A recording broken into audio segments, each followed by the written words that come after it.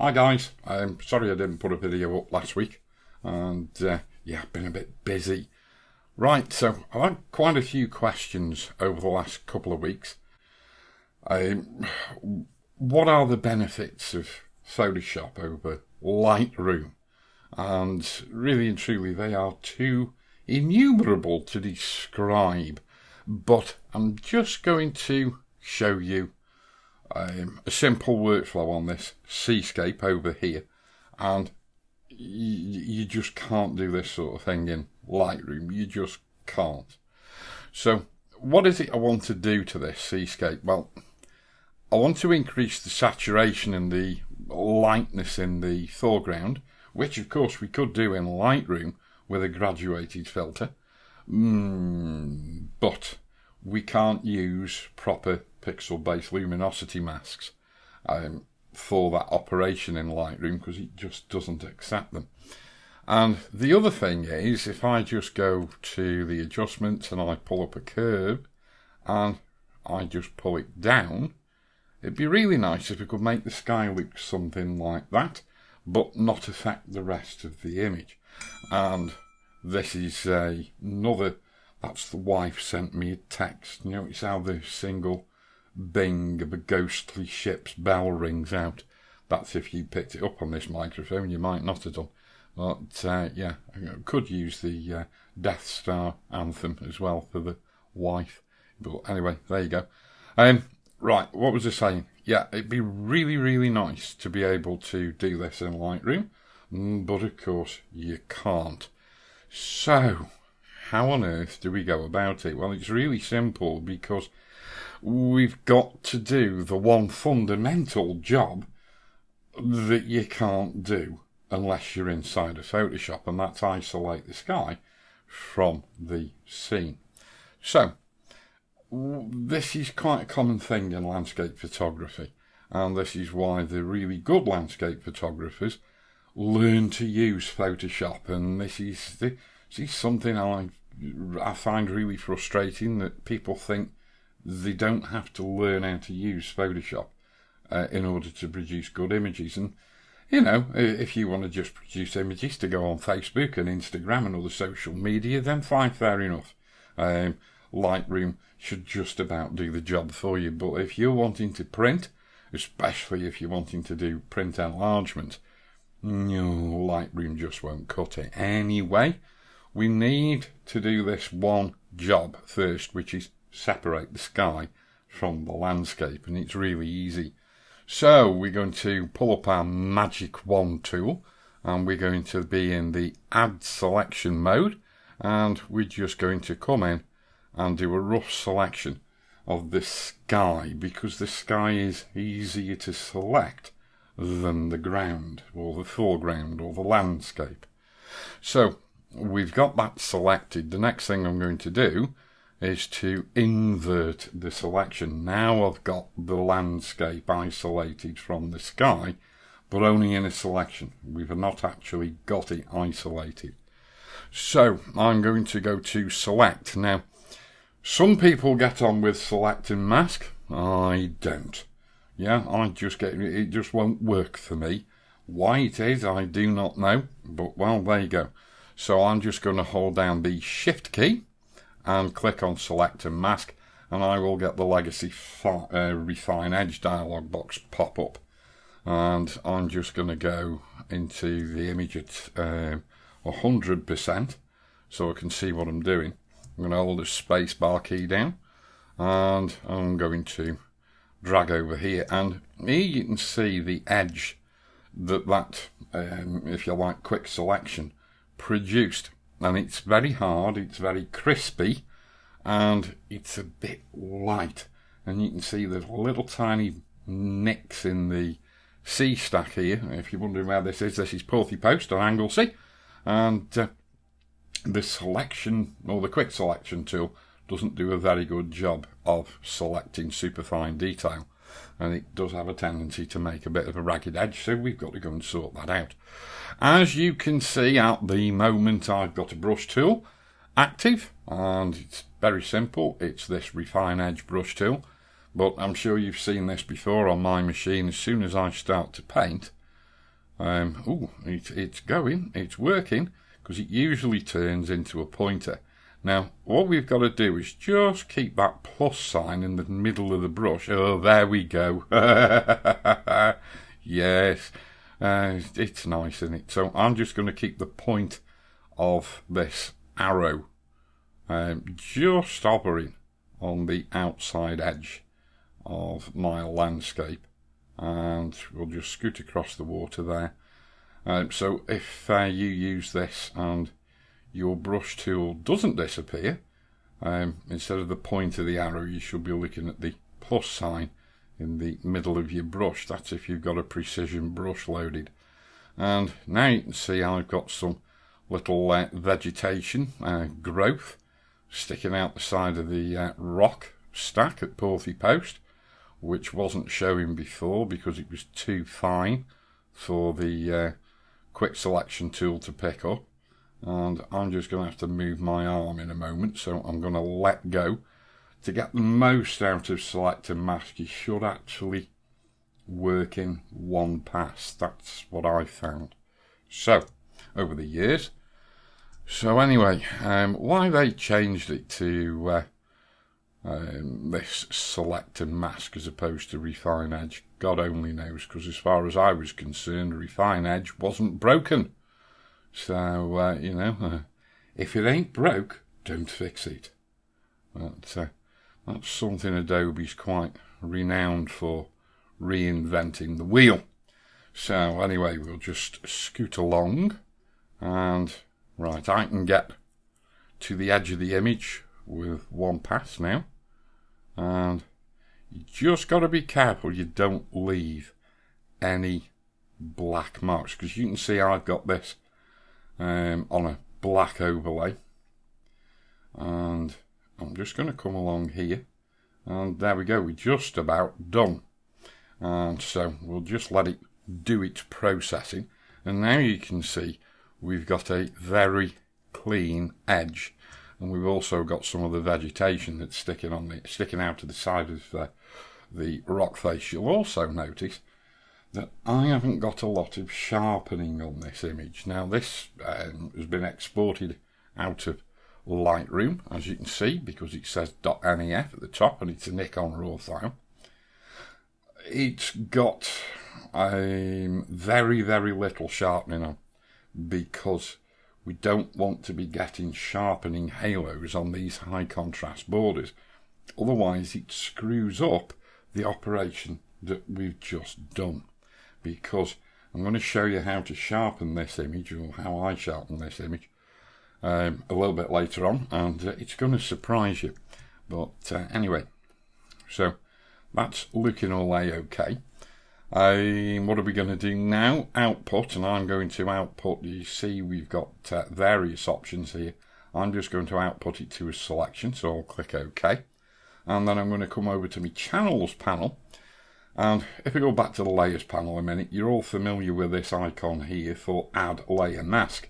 If we go over to the channels panel, we can see we've got the same icon here, but this doesn't add a layer mask. What this does, it adds a selection as a new alpha channel. And so we've added the new alpha channel called Alpha 1, and just so as we know what it is, I'm just going to rename it Land. Okie dokie, and I'm going to temporarily go deselect, and we'll come back and click on the composite RGB, and we'll go back to layers, and we'll come out to a fit to screen view. Yes, we will. Now then, here comes, one of my patrons. I've just emailed Steve, well, I've just messaged Steve about the Austrian Grand Prix yesterday. What a result. Well done, Max Verstappen. And nice to see somebody put some manners on Lewis Hamilton as well. So anyway, there we go. No doubt Steve's a Lewis Hamilton fan, so he won't be happy. But we digress. So what are we going to do? We are going to come to adjustments, and we are going to get a curves adjustment, and we're going to do exactly what I did before, which is pull that sky down to there. But I'm now going to go to select, load selection, and we're going to choose land, but I'm going to invert it, and we'll go OK. And because I've got Lumenzia running, you can see Lumenzia, great bit of kit. If you've not got Lumenzia, go click the link in the description below and get over there, over to Greg Benz's online store and buy it. And in all openness and honesty, if you click on the link below, Greg chucks me a buck or two because he likes me. Yes. So, well, I don't know. So anyway, because I've got Lumenzia active, I could go and click mask, and then I've got this option here. Do I want to feather the soften edge? No, I don't. Do not feather. And we could click OK, and the mask is well and truly replaced, or the white layer mask that comes in with the curves adjustment is well and truly replaced. And as you can see, if I turn it off and turn it on, yeah, and turn the whole layer off and turn it back on, you can see we've actually changed the sky. If you don't have Lumenzia, and we go Command Z, Command Z, Command Z, yeah, so we've got this selection active, okay, which don't forget was inverted. What we can do is we can delete the white layer mask from the curves layer, and then just click the add layer mask icon, and it will do the same job. So there you go. That's if you've not got Lumenzia, but believe you me, go and get it. Yeah, well worth your money. So we've got that little job done. What's the next thing I want to do to this image? I'm going to do a very low down dirty trick, because I'm full of low down dirty tricks. It's anything to save time and save effort inside Photoshop. So I'm just going to make a stamp visible layer, which is Shift, Alt or Option, Command or Control E, depending on whether you're on a Windows machine or a Mac. And then I'm going to come over to the Channels panel, and I'm just going to Command or Control click on the Composite RGB. And when I hover over the Composite RGB with Command or Control L down, you'll see that the hand tool gets that little dotted rectangle, dotted square icon on the bottom of it. Okay, right, so now I'm going to come back to layers, and I'm going to go Command or Control J to jump that selection to a new layer. I do not require this stamp visible layer anymore, so I'm going to bin that. And then this layer hasn't got a lot on it, but you can just about see it's got some content, and so we'll turn those back on, and then all I'm going to do is drop that into the screen blending mode, and you can see how it's brightened the entire image up. But of course I don't want it all across the entire image. So what we're going to do is we're going to add a white layer mask, and then we're going to come and get our graduated fill tool. And I don't want to see it in the sky, and I don't want to see it in the C stack here, and I want to start to see it from about here.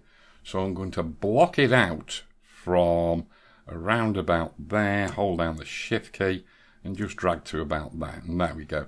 So now what we've done is we've thrown some brightness into the foreground, we've given a gradual fade off of brightness, we've got a natural contrast fall off over towards this far headland, which is probably about 1.5 miles, 2 miles away, and then we've actually made the sky a little bit moodier.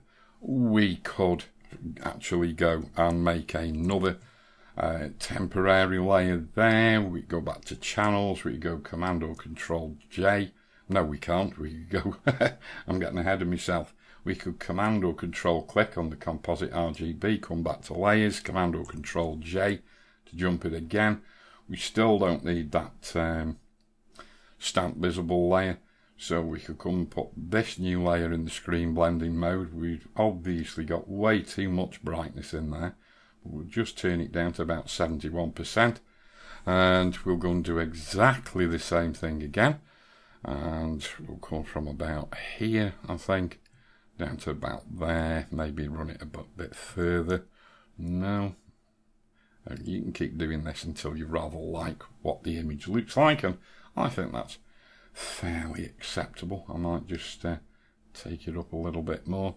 In opacity, take it up to 83%. Now, we have sort of, I think that is a bit too much, that. Just turn that down a little bit. Yeah, that's somewhat like that, we'll say. And we'll call that done. I could then go on to do a full-blown dodge and burn workflow on this image. And when you come to dodge and burn and do creative dodging and burning, it's essential that you have a good starting baseline image, and that's what this is. When it came into Photoshop, if we hold down the Alt or Option key, that's what it looked like before, that's what it looks like now, and I'm quite pleased with that. Now then, all we need to do is just go and check on the top of this C stack, and as you can see, we've got absolutely no haloing on there, and that's because we actually turned down the sharpening and virtually took nearly all the sharpening off inside of Lightroom. It's just got a little tiny touch of single iteration deconvolution sharpening. Off the top of my head, I can't fire Lightroom up, otherwise this computer will just go because I'm running 3 or 4 bits of software at the moment, and Lightroom will just kill it all off. So the sharpening amount was 20 and the radius was 0.5, in other words it was turned all the way down, and the detail sliders all the way up to 100.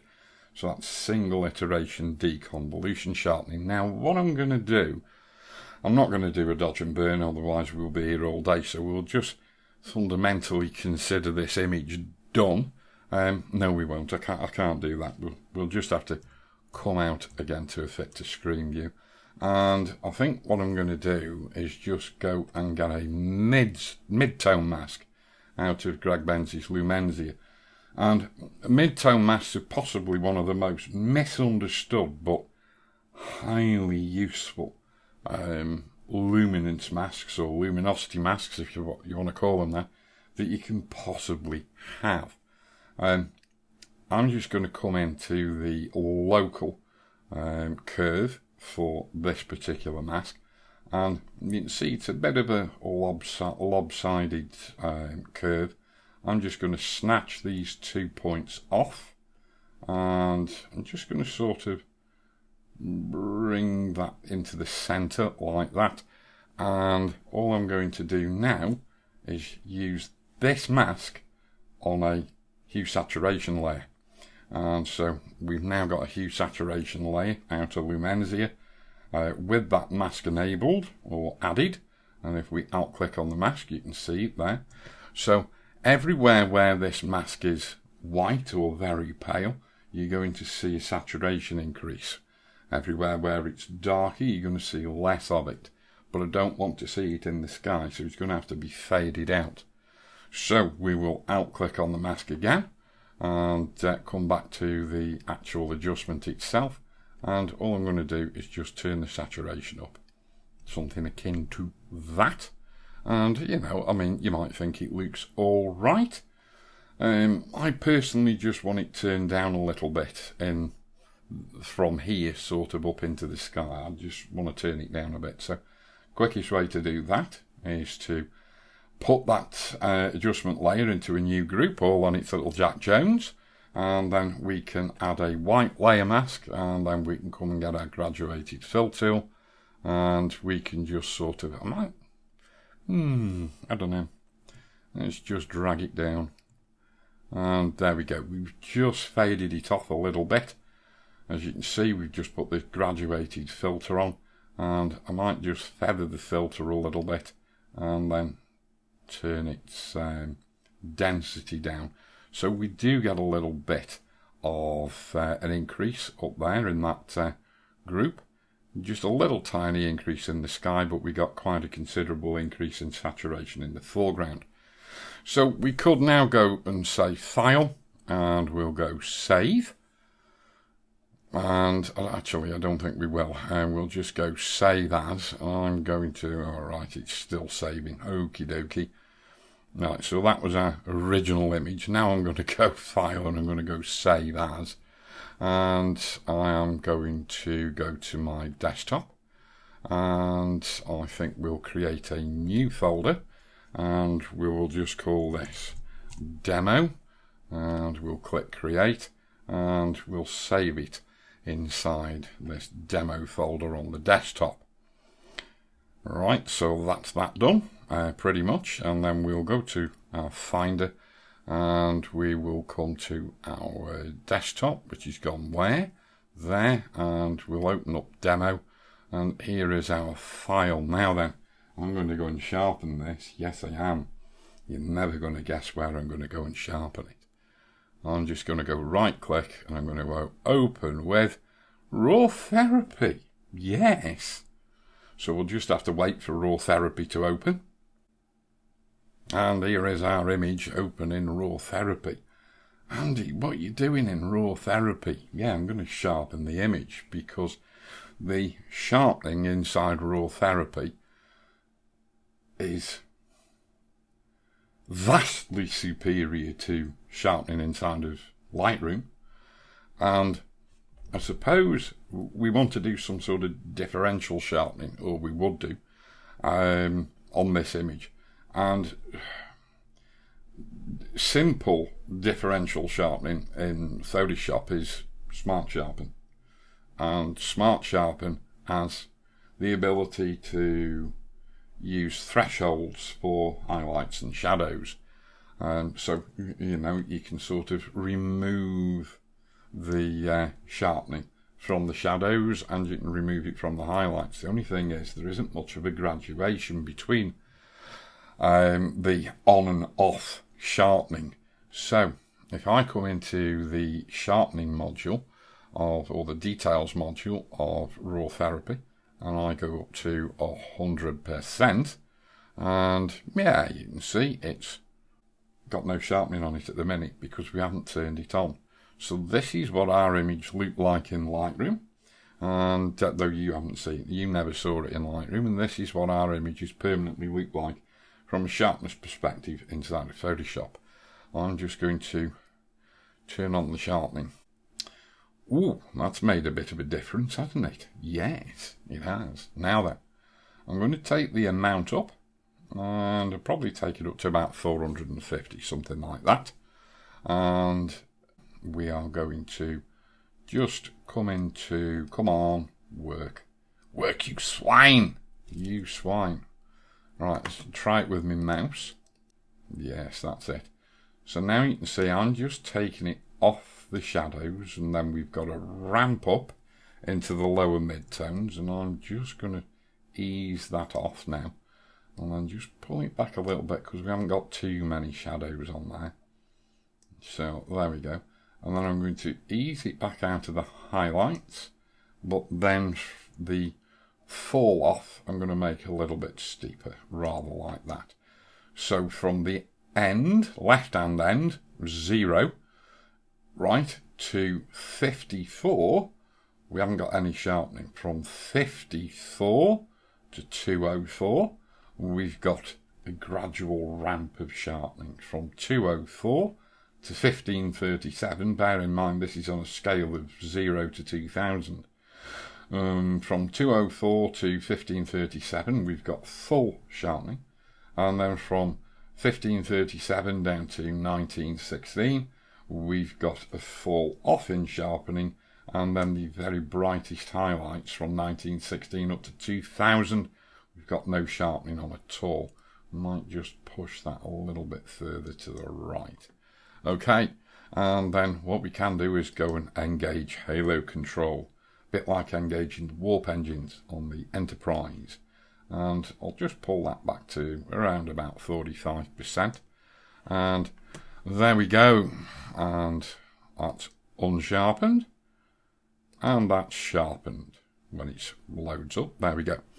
So all that remains to be done now is to click on the colour tab and then come all the way down to the bottom, rather like that, and then go to the output profile and go back to Pro Photo and then I will come and click my little export to Photoshop button, and you can see it's processing the image, and that will open back up inside of Photoshop in a moment. There we go. And so what have we got? If we go into 100%, you can now see this image is super sharp. It's had a decent halo suppression put on it. We've got no sharpening artifacts and no sharpening halos.